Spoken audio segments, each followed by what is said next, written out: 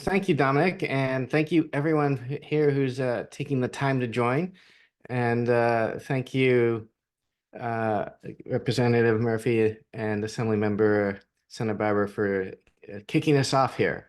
Really inspiring words to really show the value of offshore wind and its impact it can have to protect our communities and nation and planet. So I just want to take a quick step back to show some of the programming elected officials to protect America does, and then how it can be a resource to elected officials, staff, and others who are working on this issue. You can kind of think of EOPA in three arenas. One is our education side. So Dominic mentioned I teach at the University of San Francisco. And we have a partnership with them for a certificate in public leadership and a master's in public leadership. And the certificate brings folks from around the world. Last year, we had everyone from Ukraine to the United Kingdom to Australia to the second youngest member of the Mexican Congress. And we had folks from Hawaii, where I am currently, and particularly in Hawaii, talking with the legislature there about offshore wind and clean energy and solar development on Molokai and other places, and a piece of legislation we're working on. And one of the amazing things about offshore wind is its potential to have the highest impact. And so how do we communicate that? We also have a media arm. And because we've recognized that when I was in the legislature, I didn't have the time to read every single policy brief, and the staff gets overwhelmed. And depending on the state you're in, you don't have a ton of staff too. So we'll make short videos with Anna Day. She's an award-winning journalist, as well as a podcast called The City Climate Corner, and a book publishing with the Solon Center for Research and Publishing, which is our parent nonprofit, as well as a news magazine called ProtectEarth.news. And that goes out to 25,000 elected officials across the United States and part of the world. And so the goal of many of this is to share the best practices, to be able to share the best policies, elected officials, and what you're working on and your colleagues are working on, so that we can cross-pollinate ideas and progress the policy that protects our environment and our people and our communities. And then the third arm is the advocacy and policy side. And that's probably where we're the most visible, right? So working on offshore wind, electric vehicles, climate finance, a partnership with the Department of Energy and other agencies to making sure that the IRA, the Inflation Reduction Act, gets to the communities it really deserves, and the Justice 40 communities particularly.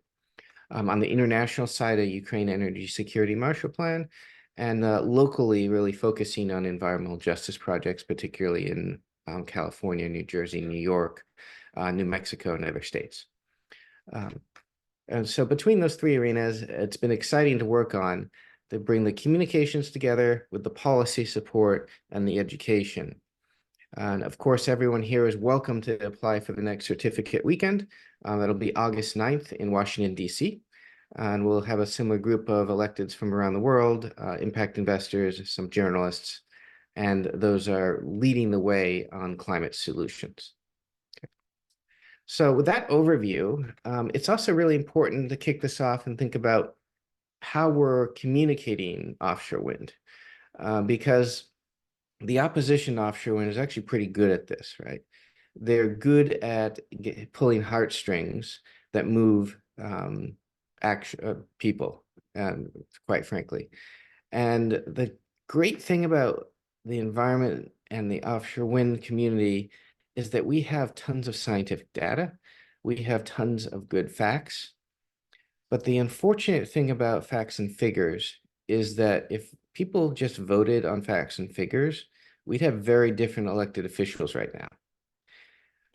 And so when we think about communicating, we want to look at what is something that's common to everyone first, to create a commonality, essentially. And we call this value-based communications. And the reason we do this is because what are most of our communities oriented around, right?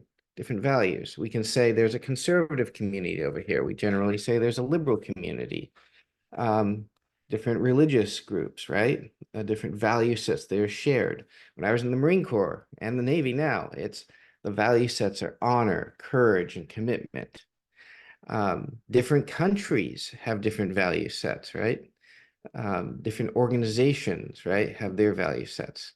So pretty much everywhere you can think about, there are certain values. And we don't have time to do a full training that we jump into in the certificate and the master's program.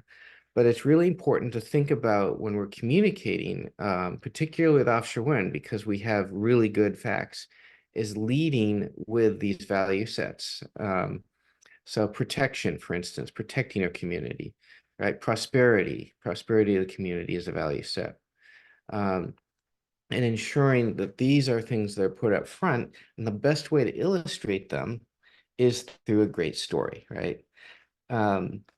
Now, we all remember childhood fairy tales. We remember stories. If I were to go up and give a long speech and say, remember when the DoD budget was only 7,700 billion point two, and we wanted to bring 582 Abrams tanks to the Senate Armed Services Committee? Most people are never going to remember that. And so statistically, Cornell and Stanford did some pretty great research on that.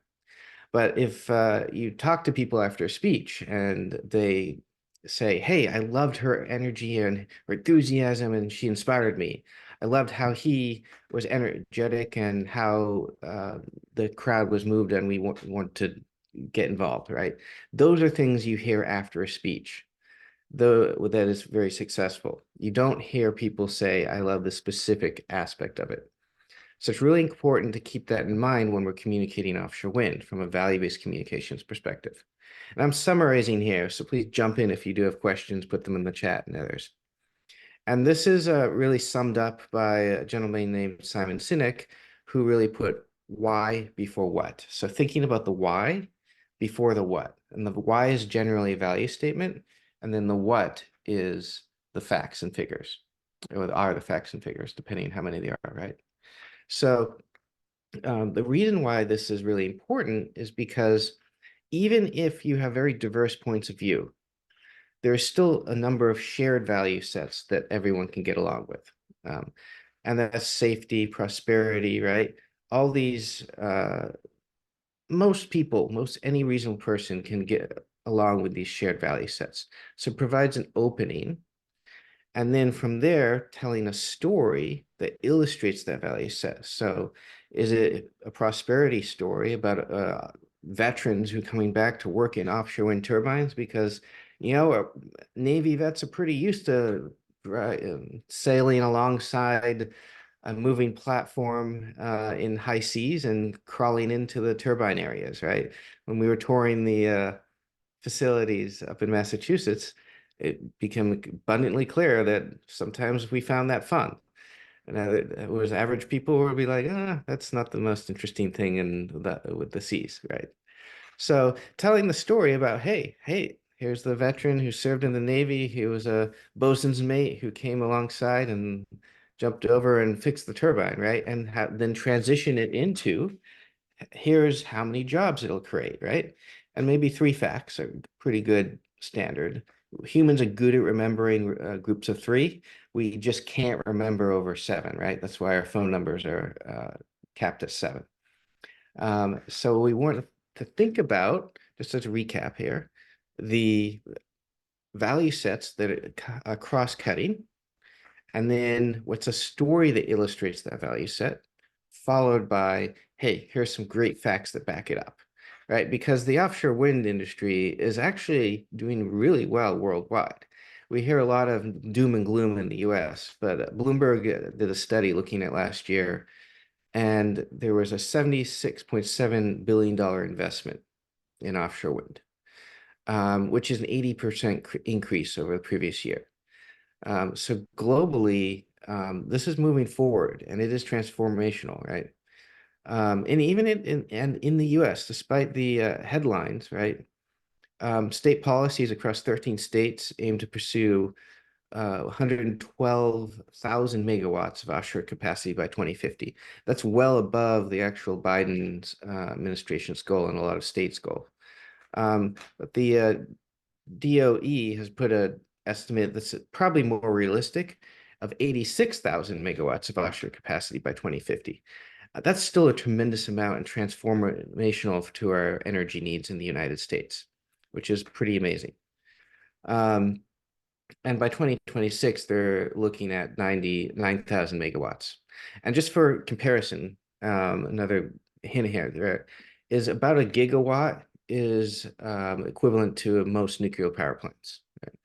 And while it doesn't have the 80% uptime, so to speak, it's still pretty close. So when we're talking about 9,000 megawatts, that's almost equivalent to about 9 nuclear power plants worth of electricity, which is tremendously significant when we have about 92 of them in the US right now.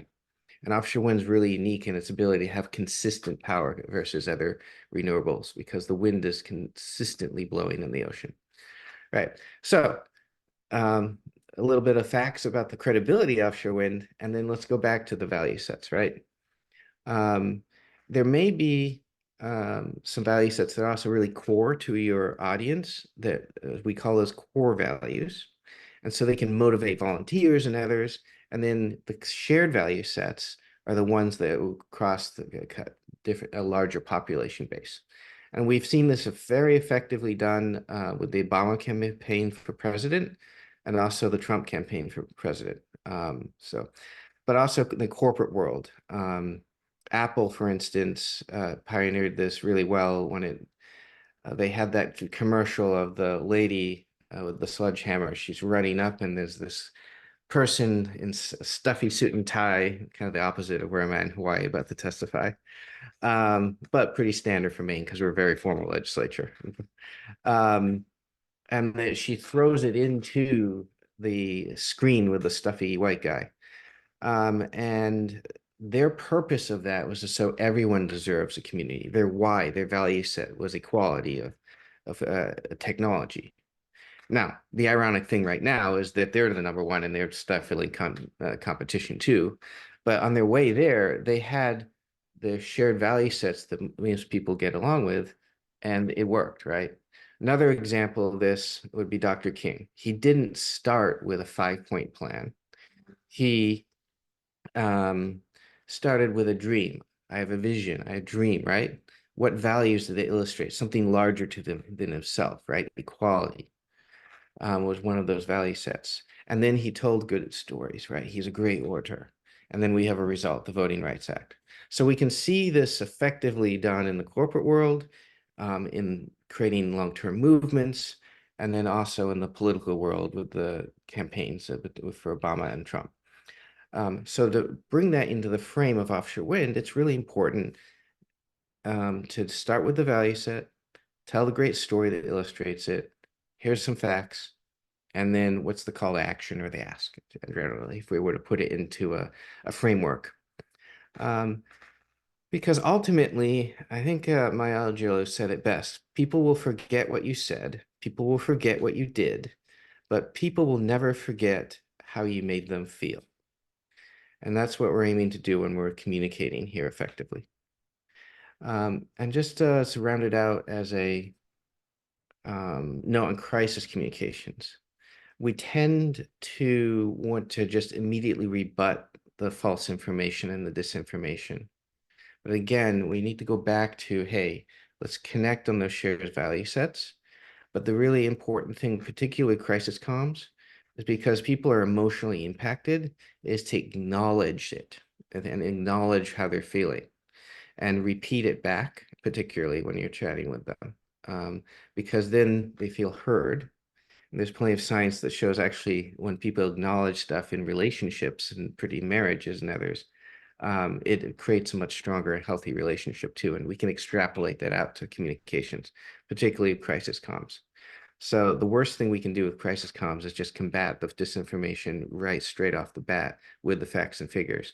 So we'll add an acknowledgement section when we look at the crisis communication side. And really, if we can create empathy with the other side, And so it creates a connection, and then go back to the value-based comms, storytelling. Hey, and then people will be open to the facts and figures and talking about, hey, how NOAA has really good data and how we're both here to protect the environment and to protect our prosperity and create prosperity and support environmental justice.